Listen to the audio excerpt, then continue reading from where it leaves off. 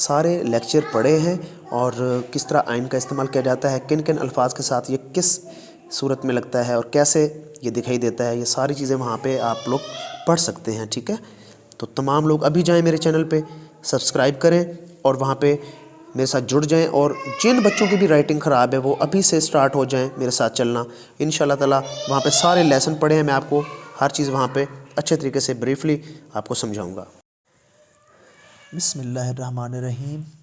अच्छा बच्चों, आज हम एक तख्ती स्टार्ट कर रहे हैं बे की। तो बच्चों के साथ देखिएगा, ये बे का सिरा है, ठीक है, बे का हेड है ये, और ये बे अलिफ बा, ठीक है। और उसके बाद ये है बे है बा, ठीक है। इसके बे वो, बे के साथ नून, ठीक है, बन। इसके साथ बे के साथ लाम, ओके। फिर है बे के साथ जीम या है, ठीक है। और फिर बे छोटी है बी,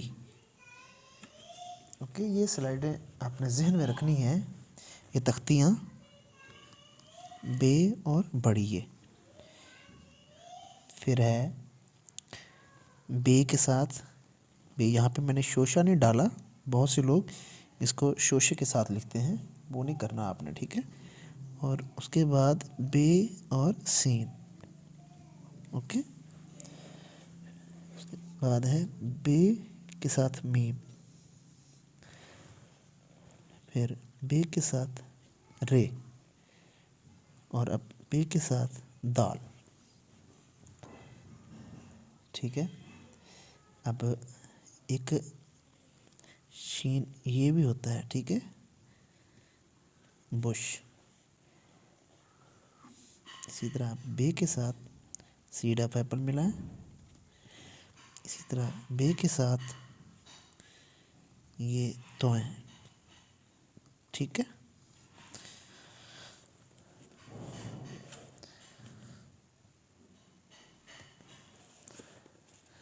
और ऐसे ही बे के साथ आइन, ठीक है। ऐसे ही बे के साथ फे, ठीक है। और बे के साथ काफ, किताब वाला, ठीक है। दोबारा से देखिए, बुक। और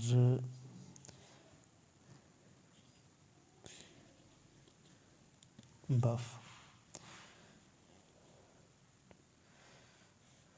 ऐसे ही आगे है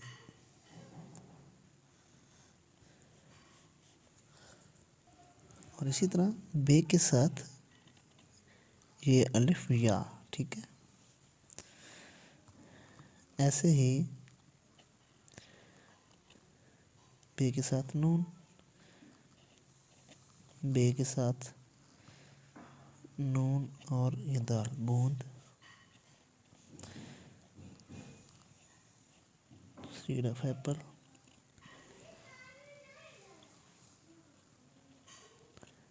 ठीक है। इनकी प्रैक्टिस आपने करनी है।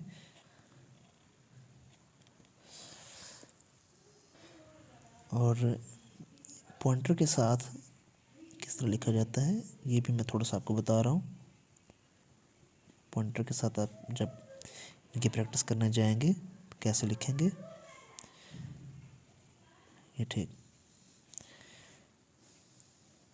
ठीक है।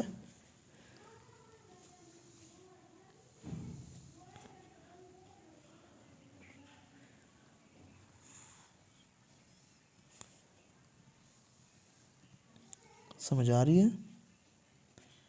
ऐसे पॉइंटर के साथ इनकी प्रैक्टिस करेंगे।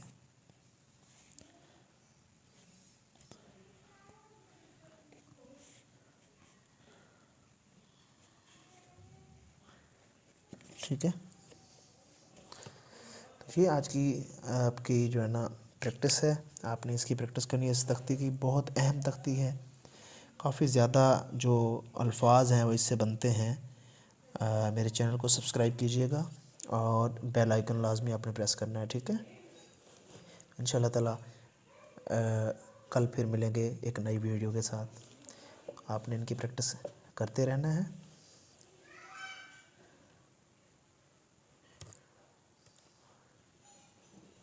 कल इंशाल्लाह ताला हमारी मुलाकात होगी। खुदा हाफिज़।